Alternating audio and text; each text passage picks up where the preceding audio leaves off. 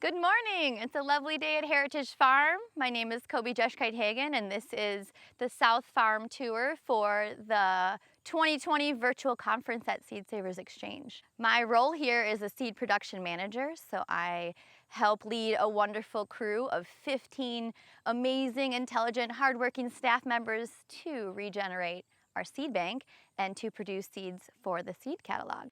This South Farm tour entails looking at the different structures that we use to regenerate our seed collection.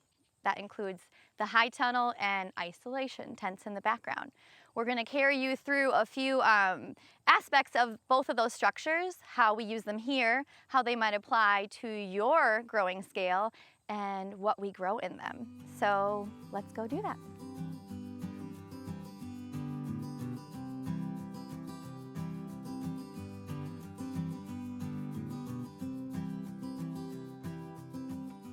So here we are in the high tunnel, and I want to talk a little bit about the aspects of it.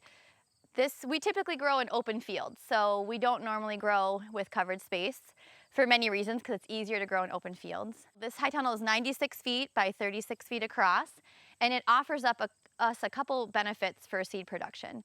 One, it lets us have season extension for those seeds that take a longer time to mature. So things that we don't know about and we don't know how long they need to take, that are kind of mysterious from our collection, we'll try to reserve a spot for them here in the high tunnel. Another aspect that is super important for growing in a high tunnel during this 21st century is mitigating weather extremes with climate chaos.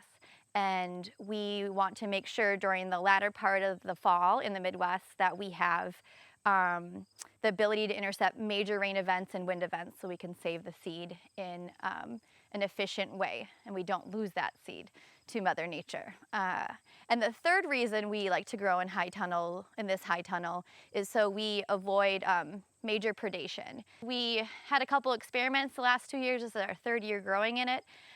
We have automated sidewalls that raise up and automated vents. We originally put a plastic barrier here and to keep out the deer and to keep out raccoons and bunnies. However, the bunnies chewed right through that. We saw about 50 holes in the sides. So this year we put the 6-foot chicken wire up, and this is impenetrable pretty much, at least by rabbits. And so that's a third benefit of growing in a high tunnel. We've been experimenting here with, is this good for our scale? Does it bring more benefits to seed production? It's a fairly simple structure once it's erected, but it takes a lot of labor to put up. And if there's a cause for repair, it takes money and a lot of labor to repair. So we're just keeping that data to note that if we want to make more of these at Heritage Farm. One of the main drawbacks that we have for seed production is that it is not an isolation structure. Luckily, we have insects coming through to be able to pollinate the various crops here, and we don't have to pollinate them ourselves or introduce pollinators. But that means that it's not an isolation structure, so we can't plant another variety of the same crop right next door because they would crisscross. So that's one major limitation. Another limitation is that it is costly. This structure costs around $12,000. When it's just bought simple, but if you have to do repairs, they can be anywhere from $1,000 to $3,000. So it just depends on your site, your weather, and how much upfront, down payment you can make for one of these. There's plenty of different sources for high tunnels like this. It's fairly simple, but one of the sources locally here is Four Seasons, so that's a good one. And we grow about 6 to 10 varieties here in the high tunnel, and we pick them very carefully. And Sarah Cousins is going to look at a couple of those crops with you. Hi, my name is Sarah Cousins. I am the greenhouse manager here at Heritage Farm. I also work with our pollinators in our isolation cages, and I do some hand pollination, which I'll talk about in a little bit. I also manage the harvest and processing of all of our fleshy fruited crops or wet seeded crops for our collection. So that includes tomatoes, peppers, eggplants, cucumbers, melons, watermelons. I think that's everything. So I'm going to talk a little bit about a few of the crops that we have here in the high tunnel. So another benefit of the high tunnel is because it's covered, it can be one of our earliest spaces to plant into in the spring. So when the rest of the fields aren't ready, things are wet, we can get in here and plant some things as they come out of the greenhouse. Koby already talked about season extension, and so we try and fill the greenhouse with things that, or fill the hoop house with things that we know are going to take a long time. And so one of those crops is this beautiful habanero pepper. This pepper came from our collection. We know habaneros generally tend to be a bit longer season. It's starting to set some fruit in here. There's a beautiful fruit set, but the fruit is still really green. We have a few plants at the end of this bed that got planted a bit later, and so they're not setting fruit yet, and it's already almost August, and so we really want to try and get as much heat on these peppers as possible to get a really nice seed set. And so that's why we've selected this pepper for this space. A few of the other crops we have in here, we've got an onion that we planted early. That was one of the first crops to go in when the rest of the fields weren't ready. We've got our Y2, or our second year collards are in here, a tomato, a lima bean, a common bean, and an eggplant that I will show you next. Another crop I wanted to highlight is this eggplant that we decided to plant in the high tunnel. It's called Mung Bitter Red Ruffled. It originally came to us from Susan Ashworth, who some of you might recognize her name as the author of the Seed to Seed book. She got the seed from a mung grower in Sacramento, California, named Tria Tao. So we weren't really sure, we didn't know too much about this eggplant. Last season, we planted a beautiful eggplant that grew to be about 8 feet tall. We planted it in the field. It had huge spines, and the eggplants grew as kind of grape clusters, but it was a really long season eggplant, and so we weren't actually able to harvest any seed off of it. And so this year, we noticed that the eggplant was showing similar growth habits. So I don't know if you're able to see, but there are spines. It's got a really beautiful purple stem. And so we decided to hedge our bets and put it in the hoop house because we thought it might be a really long season. Also, coming from Southeast Asia, we figured it needed a bit warmer of a climate, a longer season. And so we didn't know if our climate in Northeast Iowa was going to be suitable for it. And so we gave it a little bit of extra heat, which is working out well. We have some flowers, and they're just starting to bloom. There's a little bit of a fruit set on some of these eggplants, but it's really going to need the season extension. So this is a unique eggplant that we're really excited about this year. So whenever we use semi-permanent or permanent structures when growing different kinds of things, we need to make sure that we keep in mind soil health.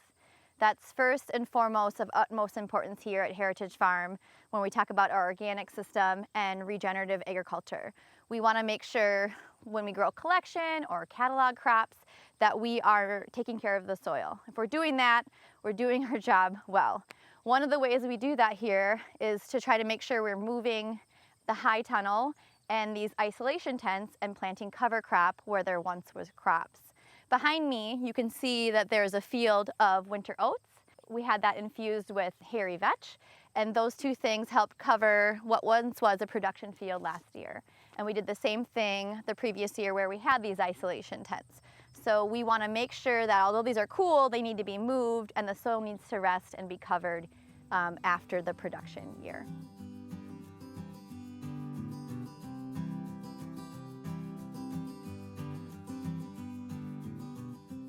Are you guys still with me? Because we're moving into the second part of this tour, which includes the isolation cages. They're very fun to see because not many small-scale farms use isolation cages. We do here at Seed Savers. Isolation cages offer 3 benefits. So one is that they keep pollinators out and they protect varieties from crossing of the same crop. They also allow us to see traits if we need to see them without any pollinators. And another benefit to using isolation cages is they still allow sunlight through fully, and they also allow water, so we don't have to provide any additional irrigation when we use these tents. So the pollination tents that we use here at Seed Savers are primarily of 2 sizes. They come in, they're customized, we ask a company to make them to certain dimensions. So the two sizes that we're using this year, one is called the Super Cage, which is 18 by 50 feet, and the other one is called an XL, extra large, and that's 14 by 36 feet. In these cages, we have a variety of crops. We can get 1 to 3 crops from the collection into any one cage. And we have to make sure that we're, like I said before, these keep the insects out. So we have to be proactively encouraging pollination inside. And that means that we have to do hand pollination and or release pollinators into the cages. And we will visit with Sarah Cousins to learn about that in a few minutes. There are other ways to make a pollination cage. If one of these runs about $1,000 to $1,500 customized. So if you don't have that money, you can always find other material like Rime or Agribon, or another material is called tulle or tule. Not quite sure how to pronounce that. But all of those can keep insects out while letting light and rain through. And the biggest thing you have to remember is to have a solid frame. It can be a large frame like this, or it can be a lower frame. It can even be a hoop house, like a little mini hoops is what I mean, not a big hoop house. And then you would cover it with one of those two material types, so permeable with water and sunlight. And you want to make sure the edges are buried deep, about a foot, so that no insects can get through. And that's what we have on these cages. We have at least a foot to 18 inches of material is buried and then covered thoroughly, so all the edge work keeps out pollinators. And that limits crossing between varieties of the same crop. So now we're going to go take a look inside a cage or two and see what Sarah Cousins does to ensure seed set on our wonderful collection crops. So we are now inside one of our isolation cages. This cage has a watermelon. You can see it's got beautiful, lush growth. We planted this cage in early June, so we've got about 2 months of growth here. As I mentioned before, part of my job is coming in and working with hand pollination and our pollinators, our insect pollinators.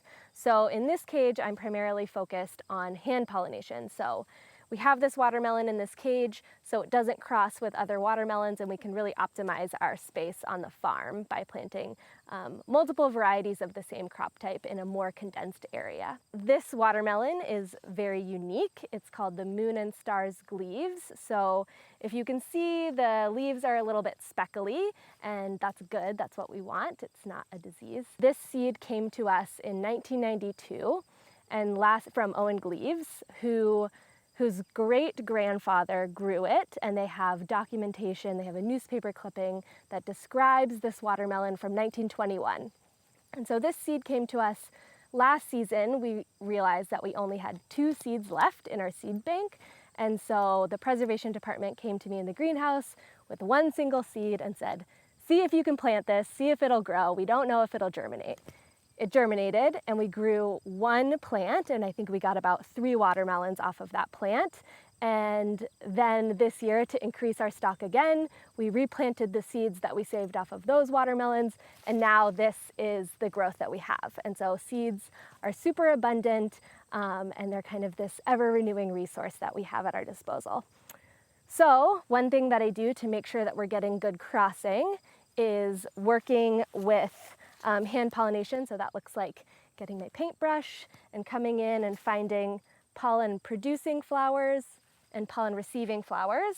So there's a few down here, and I gather pollen on my paintbrush, and then I move it to a pollen receiving flower in the hopes that it will eventually turn into beautiful fruit. So here we have a nice baby watermelon and another one here, and those will be our seed stock for this year.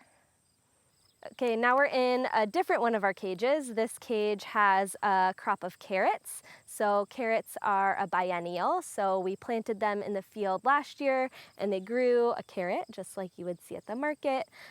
We dug all those up and stored them in the root cellar over the winter and planted them back in the ground in the spring. It was one of our first crops to go in the ground for its second year, its flowering year. So the reason these carrots are in this cage is because they have a wild relative that grows in this area called Queen Anne's lace. And so Queen Anne's lace kind of grows all along our field edges and in other kind of disturbed and tilled fields. And so we want to make sure it's not crossing with our cultivated carrots. In this cage, the way I manage pollination is both with hand pollinating and flies. Flies are a really great pollinator. They're really cheap to get. We get them shipped to us in the larval stage, and then I incubate them over the course of several days, and then bring them out and release them. And they pollinate all of our Apiaceae crops, so our carrots and our parsnips. And you can see here, so I was doing that over the course of several weeks, and now you can see the seed set is starting to develop. Carrot seeds have this really great aroma, and so it's kind of this like nice pungent, fruity scent, and they're starting to develop, so I think we're gonna get a really good crop of seed off of these carrots this year. We use multiple pollinators on the farm. I mentioned flies. We also rely on mason bees, also known as the blue orchard bee. Earlier in the spring, they're really efficient pollinators. You only need a few per cage. They are really strong too, so they fly when it's raining or windy, and they really prefer kind of the cooler temperatures of the spring. And so I'll use those early in the spring, and then as it gets warmer here in Northeast Iowa, I'll transition over to using alfalfa leaf cutters. Alfalfa leaf cutters are these really cute little bees that make their cocoons with leaf material that they wrap around the eggs that they lay, and they develop in their cocoons. So I'll incubate all of our pollinators either in a germination chamber or right on my desk, depending on their temperature needs. And then I'll release them throughout the season weekly to make sure we're getting a really good seed set for all of our crops. Now we're in our third cage of the tour. This cage is a little bit different. We have two crops planted in this cage. We have a pepper, Ozark Giant, and a tomato, Polish Lady.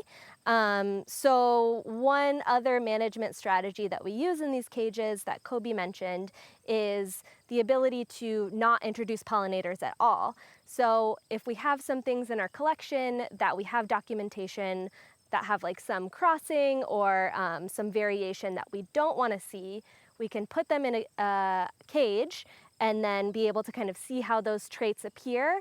And then if we need to rogue anything out, we know that it also hasn't crossed with the rest of that population. And so that's a really useful strategy for us to use when we have a lot of things in our collection that have come to us from many different areas with many different management strategies. Another thing I wanted to highlight in our cage is the landscape fabric. So we use the landscape fabric kind of in between our plantings to help mitigate weeds. It makes it so we don't have to come and weed once a week, and it really helps us focus on other things on the farm. I wanted to highlight this pepper because it's super beautiful and has huge leaves, and it's going to be a big, beautiful bell pepper, and it's a really unique variety that we're excited about. The leaves, some of the leaves are, you know, as big as both of my hands, so that is pretty cool in a pepper.